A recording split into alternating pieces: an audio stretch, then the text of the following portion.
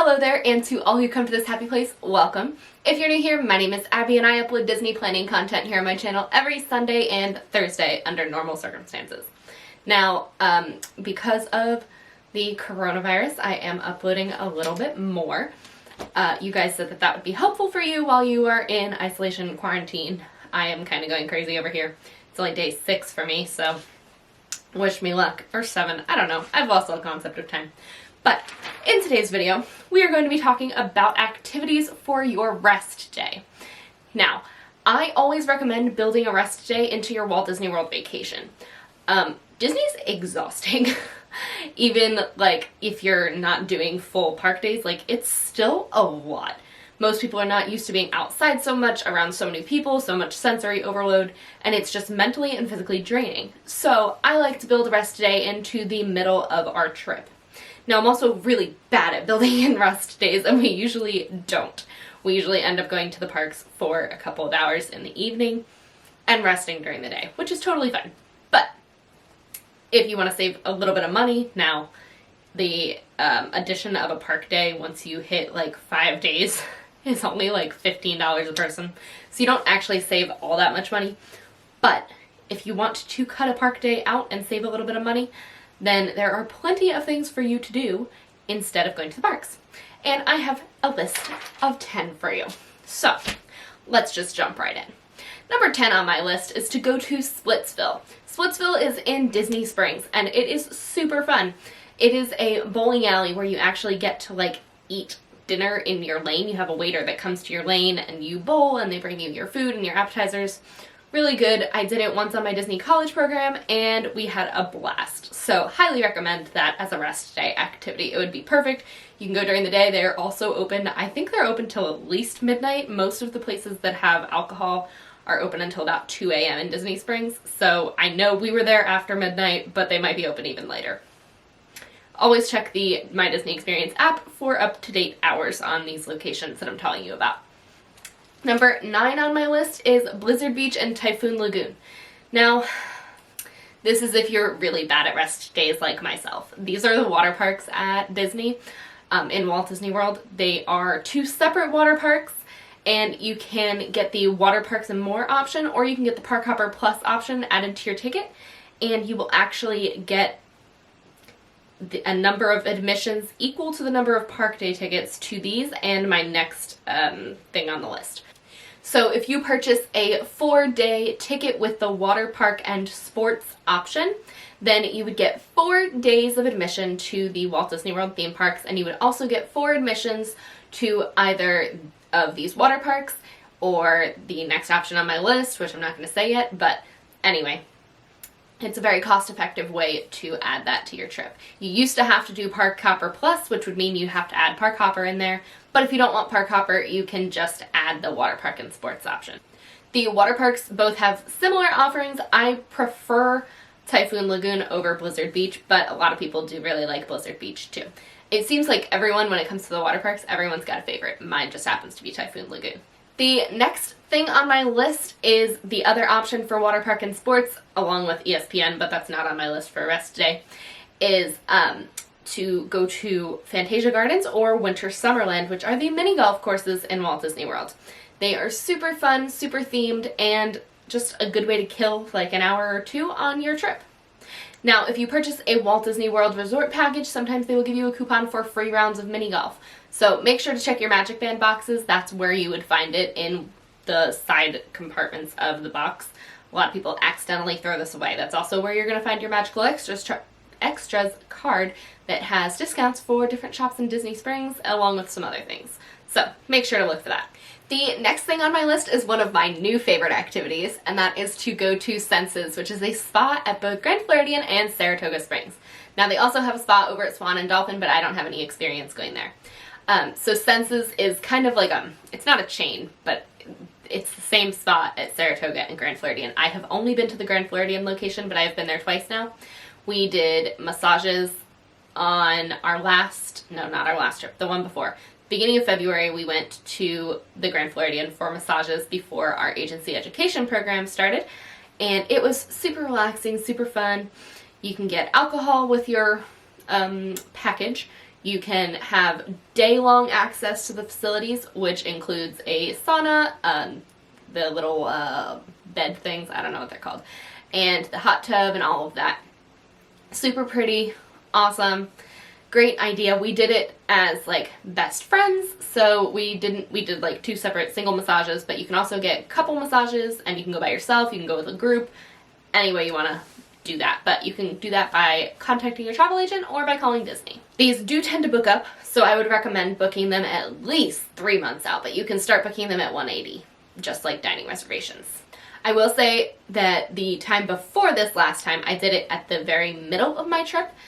This last time I did it at the very beginning of my trip, and that was great, but I was actually like physically sore, like my shoulders.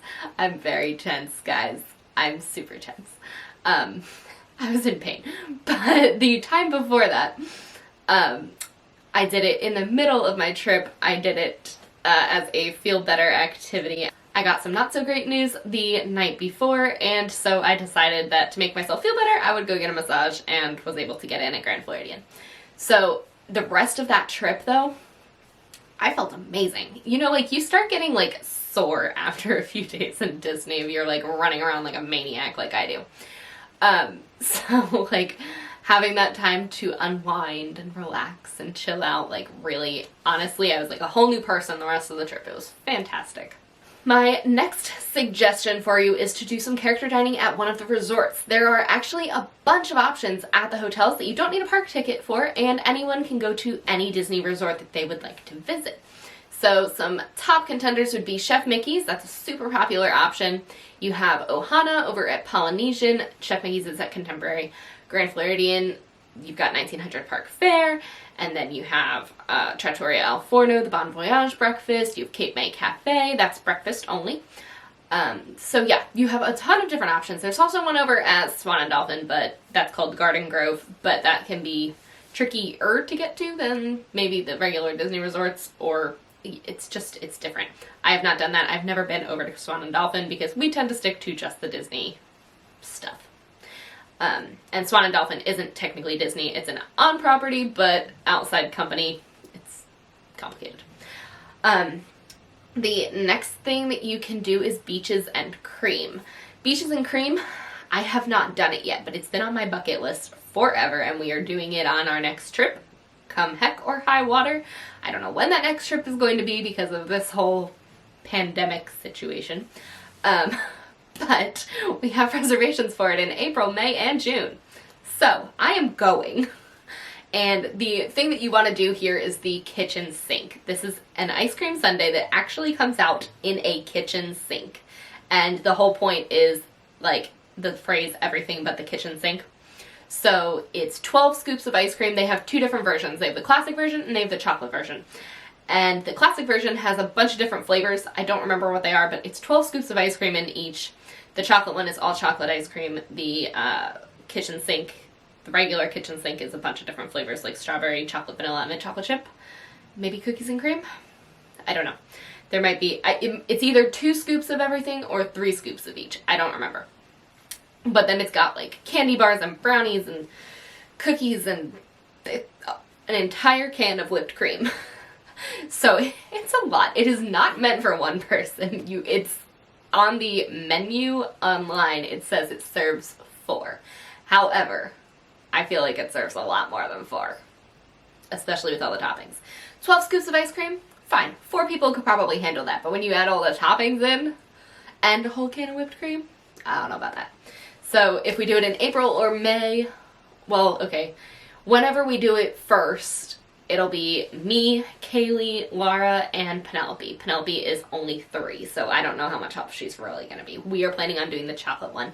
If we wait until June, if we didn't go in April or May, we're definitely going in June, but if we didn't do it in April or May, it'll be Laura, Penelope, Kaylee, I, possibly another Laura, and possibly one of Kaylee's friends.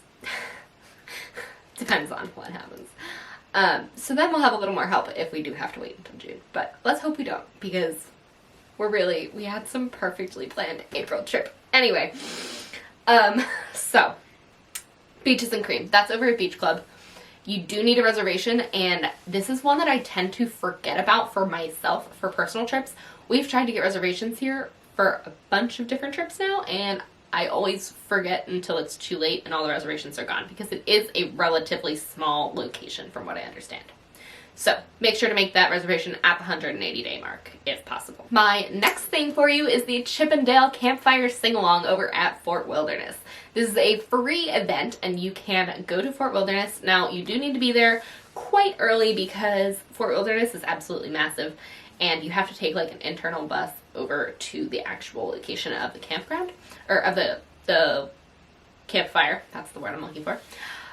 So build in some extra time. I highly recommend Trails End for dinner beforehand. That is a buffet restaurant at Fort Wilderness. It's so delicious. It's also really good for breakfast.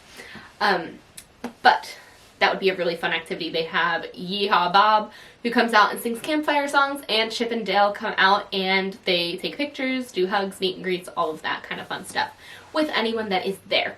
They also have a fire pit where you can roast s'mores. Now, they sell the fixings for s'mores, but I would recommend bringing your own because they are extremely expensive for a small amount of s'mores. So if you bring your own box of marshmallows, graham crackers, and chocolate bar, you will save quite a bit of money. My next idea for you is to do a monorail loop progressive dinner. Now, if you don't know what a progressive dinner is, it's where you have different courses at different locations. So wherever you start, you'll get an appetizer, and then you'll go around and you'll get a meal, and then you'll go and you'll get dessert somewhere else, and then you'll go somewhere else for drinks. So I personally would prefer to end with drinks at number 2, which is Trader Sam's. And Trader Sam's or Jelly Rolls. Trader Sam's is located at the Polynesian. Jelly Rolls is located at the Boardwalk. These are my 2 favorite bar, lounge type locations on Disney property. Jelly Rolls is a dueling piano bar. It's a lot of fun. And then Trader Sam's, I talked about in my last vlog, which I will link up here. But it is this tiki bar that when you order specific drinks, different things happen in the room, and it's a whole thing. I would recommend ending with drinks at Trader Sam's. However, as I've mentioned before, you need to be on the list by like 7:30 or 8 o'clock at the latest, or you're not getting in. And you will have to wait at the Polynesian. So I would get on the list 30 minutes before the Magic Kingdom fireworks, and then you can watch the fireworks from Polynesian while you're waiting for Trader Sam's. Last but not least, my top recommendation for you on your rest day is to actually rest. I know this can be like a really lame recommendation. However, as we have discussed in this video, you are going to be exhausted on your Disney trip. It's just the way it is. So take that day to explore your resort, take a swim in the pool, take a nap, watch some movies. I know it can feel like you have to pack all of this stuff into your Disney vacation, but honestly, do that. Then go have dinner at one of the character restaurants or do a monorail progressive dinner, and then go to Disney Springs for some shopping if you really feel like you need to fill your day. But actually take some time to take a load off.